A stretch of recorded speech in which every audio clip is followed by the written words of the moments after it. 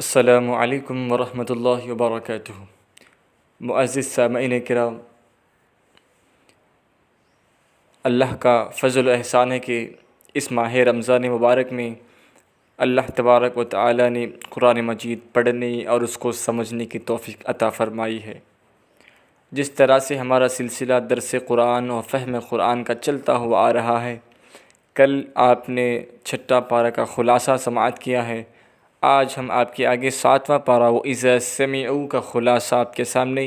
سنانے کی سعادت مندی حاصل کریں گے۔ تو سامعین کرام، جس طرح سے کل کے پارے میں ہم نے جو آخری آیات تھے چھٹے پارے میں جو سورہ شروع ہوئی ہے سورہ مائدہ، اس کے آخری آیات میں ہم نے یہود اور نصارہ کی جو مذمت اللہ تبارک و تعالی نے بیان کی ہے اور ان کے عقائد کو یعنی کہ آشکار کر دیا کہ وہ باطل عقیدے ہیں، وہ اپنے عقیدوں پر، اپنے دعووں پر، اپنے دلائل پر جھوٹے ہونے کو اللہ تبارک و تعالی نے بتلایا ہے۔ تو آج سورہ مائدہ کی آخری آیتیں جو کہ اس 7ویں پارے میں آ کر ختم ہوتی ہیں، اور اس کے ساتھ جو اس کے بعد جو دوسری صورت ابتدا ہونے والی ہے وہ سورہ انعام۔ تو یہاں دونوں صورتیں، ایک سورہ مائدہ کی آخری آیاتیں اور سورہ انعام کے ابتدائی آیتیں بھی ہیں، تو ہم آج ان دونوں صورتوں کا خلاصہ آپ کے سامنے پیش کریں گے۔ تو رہی بات سورہ مائدہ کی آخری آیت، یعنی کہ پہلا حصہ جو سورہ مائدہ کے بقیہ حصے میں ہے، تو اس میں اللہ تبارک و تعالی نے جو احکامات نازل کیے ہیں ان میں 3 باتیں قابل غور ہے، اور اس میں پہلی بات یہ ہے کہ اللہ تبارک و تعالی نے حبشہ کے جو نصارہ ہیں ان کی اللہ تبارک و تعالی نے مدح کی ہے، ان کی تعریف بیان کیا ہے، کیونکہ حبشہ یعنی کہ حبشی کے رہنے والے وہاں کے نصارہ کی جو عادت مبارکہ تھی کہ جب کبھی بھی ان کے آگے قرآن مجید پڑھ کر سنایا جاتا تو وہ اسی وقت ان کے فوراً ان کے دل یعنی کہ قرآن کے سننے کے ذریعے سے لرزا جاتا، نرم ہو جاتا، پگھل جاتا، یہاں تک کہ ان کے آنکھوں سے آنسو بہہ جاتے، یعنی کہ وَإِذَا قُرِئَ الْقُرْآنُ عَلَيْهِمْ وَجِلَتْ قُلُوبُهُمْ والی آیت کے مصداق ہو جاتے۔ جب کبھی بھی ان پر قرآن پاک کی آیتیں پڑھ سنائی جاتی تو وہ سن کر اتنا لطف اندوز ہوتے کہ ان کے آنکھوں سے آنسو جاری ہو جاتے۔ تو اس انداز، ان کا یہ رویہ، ان کا یہ طریقہ اللہ تبارک و تعالی کو اتنا پسند آیا کہ اللہ تبارک و تعالی نے اس 7ویں پارے کی ابتدا میں ان کی تعریف بیان کی ہے۔ اور اس کے ساتھ اللہ تبارک و تعالی نے جو دوسری بات بتائی ہے اہم، وہ یہ ہے کہ اللہ تبارک و تعالی نے یہاں مشرکین کا جو طریقہ رہا کہ وہ اللہ تعالی نے جس چیز کو حلال کیا، حلال قرار دیا، وہ اس چیز کو اپنے آپ کے ذریعے سے خود سے ہی اس کو حرام قرار دیتے، اور جس چیز کو اللہ نے حرام قرار دیا وہ اس چیز کو حرام نہیں بلکہ اپنی نفسانی خواہشات کے لیے اسے حلال قرار دیتے، یعنی کہ حلال کو حلال قرار دیتے، حرام کو حرام قرار دیتے، یعنی کہ شریعت کے اتباع نہیں کرتے بلکہ وہ اپنی نفسانی خواہشات کی اتباع کرتے۔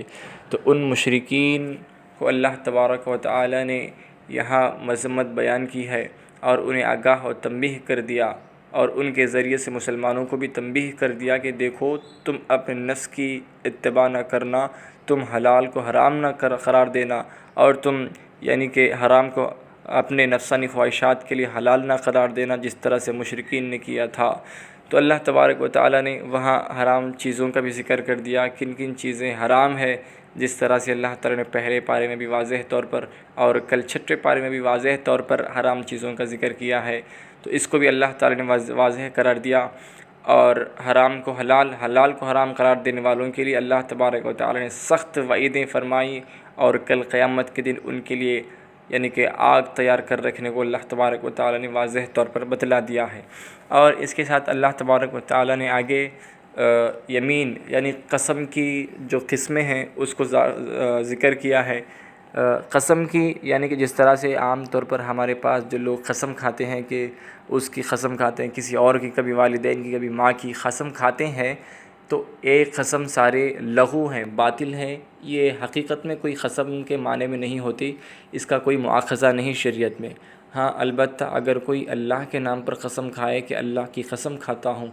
یہ کام کروں گا یا فلاں تک میں پیسے واپس کر دوں گا، تو مستقبل کی کاموں کے لیے اگر کوئی اللہ کی قسم کھاتا ہے، کوئی مومن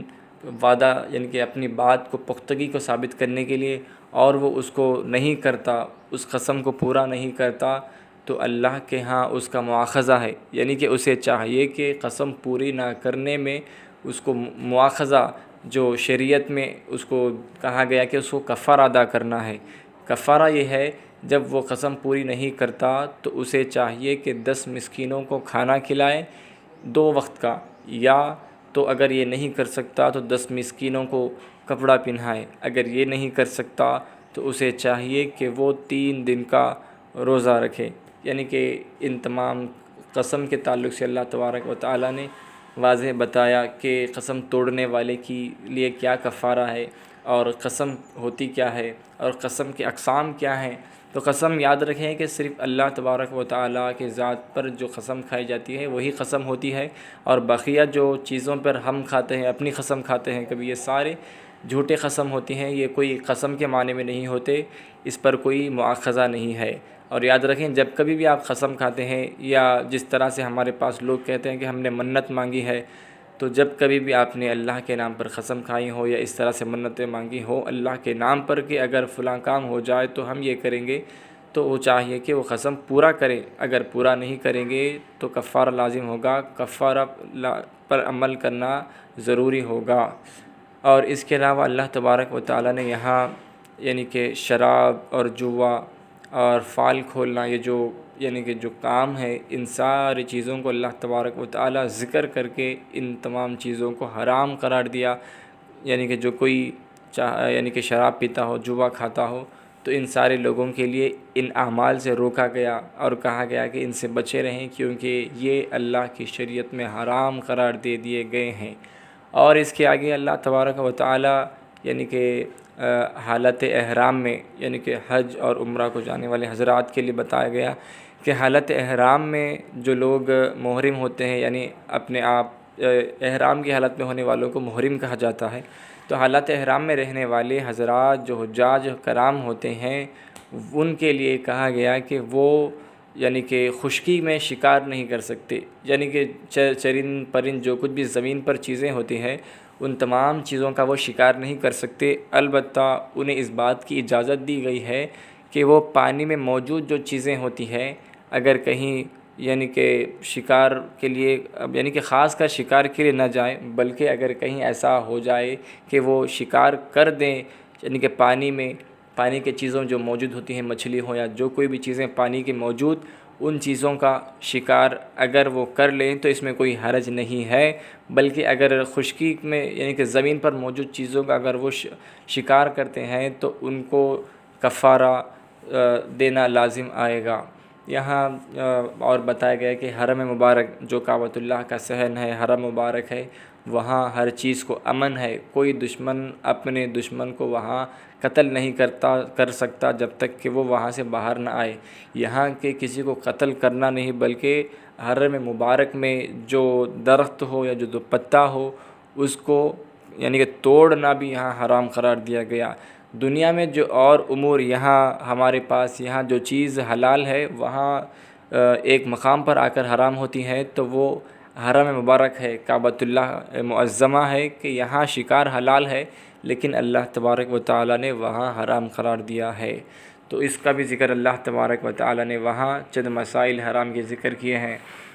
اس کے ساتھ ساتھ اللہ تبارک و تعالیٰ نے سورہ مائدہ کے آخر میں اس بات کا ذکر کیا ہے کہ مشرکین نے یعنی کہ اپنی طرف سے چند جانوروں کو وہ لوگ یعنی کہ حلال جانور ہوتے ہیں اس کو حرام قرار دیتے ہیں، اور جو حلال ہے اس کو حرام قرار دیتے ہیں۔ اس کا بھی ذکر اللہ تبارک و تعالیٰ نے کیا کہ اے مسلمانوں تم اس طرح سے نہ کرنا کہ جس کو میں نے حلال قرار دیا تم ان جانوروں کو یا کوئی اور چیزوں کو اپنے آپ سے اس کو حرام قرار نہ دینا۔ اس کے ساتھ اللہ تبارک و تعالیٰ نے آخری آیتوں میں سورہ مائدہ کی اس میں اللہ تبارک و تعالیٰ نے ذکر کیا کہ قیامت کا پس منظر اور قیامت کے بیک گراؤنڈ کو اللہ تبارک و تعالیٰ نے ذکر کیا کہ اس وقت کیا حالات ہوں گے، کس طرح سے ہوگا، اس کو ذکر کیا ہے۔ اور فرمایا کہ قیامت کے دن یعنی کہ تمام انبیاء کرام سے پوچھا جائے گا، ہر نبی سے پوچھا جائے گا کہ ہم نے جو پیغام تم تک پہنچائی ہے کیا تم نے وہ پیغام اپنے بندوں تک صحیح اور کامل طور پر پہنچائے ہیں؟ تو تمام انبیاء کرام فرداً کہیں گے ہاں مولا، جو بھی حکم ہمیں دیا گیا ہم اس کو پورا طور پر بغیر کسی خیانت کے ہم نے بندوں تک پہنچائے ہیں، حق طور پر پہنچائے ہیں۔ اور جب باری آئے گی حضرت عیسیٰ علیہ السلام کی، تو یعنی کہ حضرت عیسیٰ علیہ السلام سے اللہ تبارک و تعالیٰ فرمائے گا کہ اے عیسیٰ، اللہ تبارک و تعالیٰ پہلے عیسیٰ علیہ السلام کو ان کے احسانات کو ذکر کرے گا کہ میں نے تم پر فلاں احسانات کیے، میں نے تم پر یعنی کہ فلاں طریقے سے معجزات عطا کیے، تو اب تم بتاؤ تم نے یعنی کہ اپنے حواریون کے سامنے یا اپنے اتباع کرنے والے اپنی امت کے سامنے، اپنی قوم کے سامنے کیا بتلایا؟ میرے پیغام کامل طور پر پہنچایا ہے؟ تو فرمائیں گے ہاں مولا، میں نے پیغام برحق جو تم نے مجھ تک پہنچائی ہے وہ پیغام میں نے عوام تک، میری امت تک، میرے قوم تک پہنچا دیے ہے۔ تو پھر اللہ تبارک و تعالیٰ سوال کریں گے حضرت عیسیٰ علیہ السلام سے، کیا عیسیٰ تم نے اپنے لوگوں سے، تم نے اپنی امت سے کہا تھا کہ وہ تمہاری عبادت کرے یا تمہیں اپنا معبود مانے؟ تو اللہ تبارک و تعالیٰ کے بارگاہ میں حضرت عیسیٰ علیہ السلام کہیں گے نہیں مولا، میں نے تو میری امت کو یا میرے لوگ، میرے قوم کو میں نے اپنی عبادت کرنے کے لیے یا میری ماں مریم علیہ السلام کی عبادت کرنے کے لیے نہیں کہا تھا، میں نے انہیں صرف تیری اور تیری ہی عبادت کرنے کو کہا تھا۔ میں تیرے یکتا ہونے کو ان کے آگے آشکار کیا تھا کہ خدا ایک ہے، اس کا کوئی شریک نہیں ہے۔ میں خود جب تیری عبادت کرتا ہوں تو میں اپنی قوم کو کیسے کہہ سکتا ہوں کہ وہ میری عبادت کرے؟ مولا یہ تیرے بندے ہیں، تو چاہے تو انہیں بخش دے یا جو چاہے تو ان سے ساتھ معاملہ کر لینا۔ تو یہاں حضرت عیسیٰ علیہ السلام اور تمام انبیاء کے درمیان میں جو اللہ تبارک و تعالیٰ یعنی کہ سوال ہوں گے کہ وہ اپنا پیغام کامل طور پر پہنچائے ہے یا نہیں، اس کا ذکر اللہ تبارک و تعالیٰ نے سورہ مائدہ کے آخر میں کیا ہے۔ تو اور اب یعنی کہ اللہ تبارک و تعالیٰ نے جو دوسری صورت 7 پارے میں شروع ہو رہی ہے وہ سورہ انعام میں اللہ تبارک و تعالیٰ نے کافی تفصیل سے مشرکین کے جو عقائد ہیں اس کو ذکر کیا ہے، مشرکین کے اعمال کو ذکر کیا ہے اور انہیں تنبیہ کیا ہے، انہیں آگاہ کیا ہے کہ وہ ان سے باز آ جائیں۔ تو سب سے پہلے ہم جان لیں گے کہ سورہ انعام کو انعام کا نام کیوں رکھا گیا۔ انعام کہتے ہیں چوپائے جانور، یعنی کہ جانور چوپائے کو کہا جاتا ہے۔ تو یہاں اس پارے کو یعنی کہ اس سورہ کو سورہ انعام اس لیے کہا گیا کہ مشرکین نے جس طرح سے جانور جو حلال تھے انہیں حرام قرار دیے، ان کا ذکر اللہ تبارک و تعالیٰ نے یہاں کیا ہے، اسی لیے یہاں اس کے ساتھ سورہ انعام کا نام رکھا گیا۔ تو ابن عباس فرماتے ہیں کہ مکہ مکرمہ میں ایک ہی رات میں بیک وقت، صرف ایک ہی وحی میں ایک ہی رات میں اس شان کے ساتھ اس سورہ کا یعنی کہ سورہ انعام کا نزول ہوا کہ اس کے جلوس میں 70,000 فرشتے تسبیح اور تحمید میں مشغول تھے۔ یعنی کہ یہ سورہ انعام ایک ایسی صورت ہے جو پوری کی پوری ایک ہی رات میں ایک ساتھ نازل کی گئی ہے سورہ انعام، اور اس کے ساتھ ساتھ اس میں اللہ تبارک و تعالیٰ نے توحید کا بھی ذکر کیا ہے، رسالت کا بھی ذکر کیا ہے اور قیامت کا بھی ذکر کیا ہے۔ آخرت کے موضوع پر بھی بڑی آب و تاب کے ساتھ گفتگو کی گئی ہے،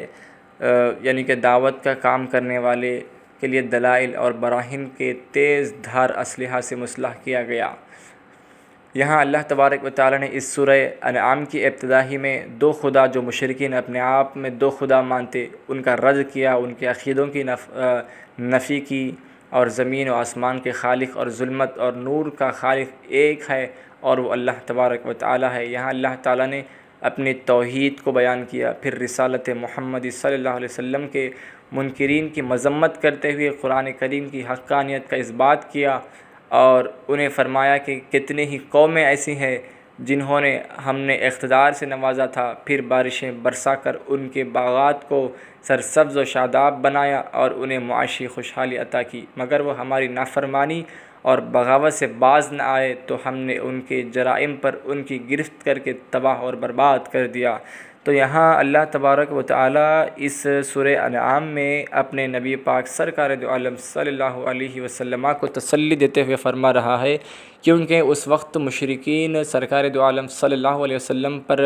طعنہ دیتے، بلکہ بے شمار کوستے اور کہتے کہ انہیں تنگ کرتے، انہیں یعنی کہ برے الفاظ، برے القابات سے نوازا کرتے، تو برے القاب سے پکارا کرتے۔ تو اس وقت ان سارے صورت احوال میں نبی پاک صلی اللہ علیہ وسلم کو تسلی کے لیے اللہ تبارک و تعالی نے سورہ انعام نازل فرمایا،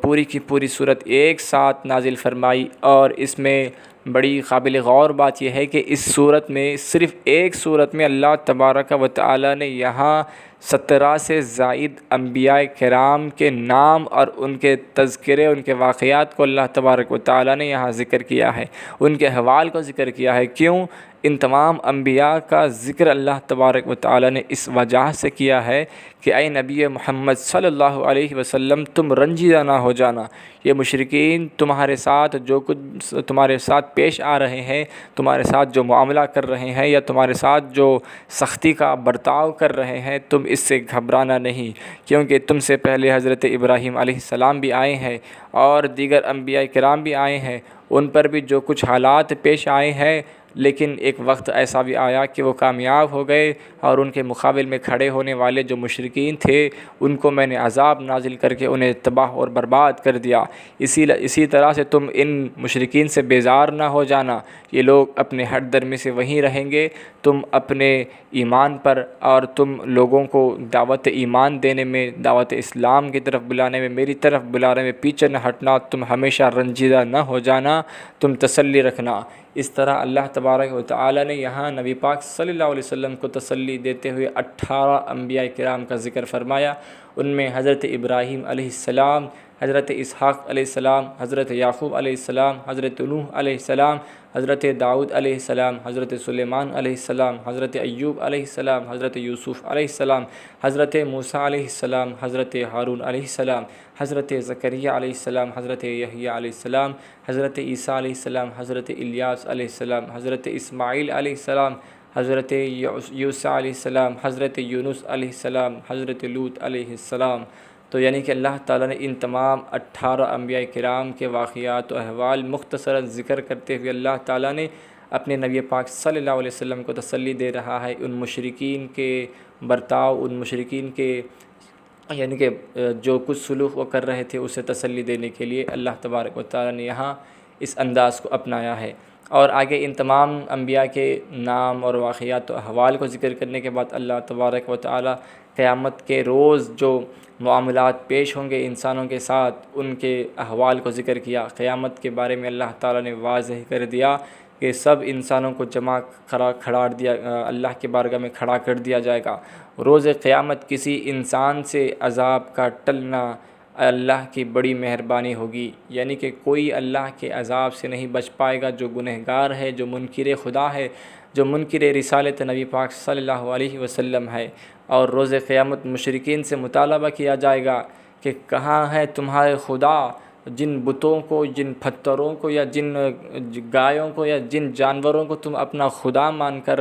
یعنی کہ ان کی عبادت کیا کرتے تھے، ان سے مدد طلب کیا کرتے تھے، وہ کہاں ہے وہ تمہارے خدا، جھوٹے خدا، کہ وہ اب تمہاری مدد کرنے کیوں نہیں آتے؟ تو مشرکین کہیں گے کہ مولا ہمیں ایک مرتبہ دنیا میں واپس بھیج دے، اب ہم ساری زندگی تیری عبادت کریں گے، تیری یعنی کہ تیری ہی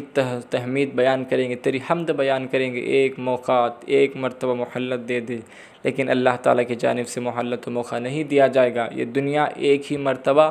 امتحان لیا جائے گا، اسی امتحان میں انسان کو کامیاب ہونا ہوتا ہے، دوبارہ انسان کو اس دنیا میں بھیجا نہیں جائے گا۔ دنیا کی زندگی تو کھیل اور مشغلہ ہے، آخرت کی زندگی بدرجہ بہتر ہے۔ یہاں اللہ تعالیٰ مشرکین کے احوال کو بھی ذکر کر دیا، کس طرح سے قیامت کے روز ان کے بھید کھل جائیں گے، وہ لوگ اپنے کیے پر پچھتائیں گے، اپنے کیے پر وہ ہاتھ مل جائیں گے، دوبارہ دنیا میں آنے کی بات کریں گے، لیکن ان کی کوئی بات نہیں سنی جائے گی۔ ان مشرکین کو قیامت کے دن ان کے عذاب کو چکھنا ہوگا۔ تو اس طرح سے اللہ تبارک و تعالیٰ نے یعنی کہ اس سورہ انعام میں اللہ تعالیٰ نے پہلے توحید کے واضح دلائل بھی دیے، اور پھر رسالت نبی پاک صلی اللہ علیہ وسلم کے واضح دلائل اور نبی پاک صلی اللہ علیہ وسلم پر تسلی بخش فرماتے ہوئے 18 انبیاء کا ذکر، اور پھر قیامت کے ہولناکیوں کو، قیامت کے منظر کو، مشرکین کے احوال کو اللہ تعالیٰ نے ذکر فرمایا ہے۔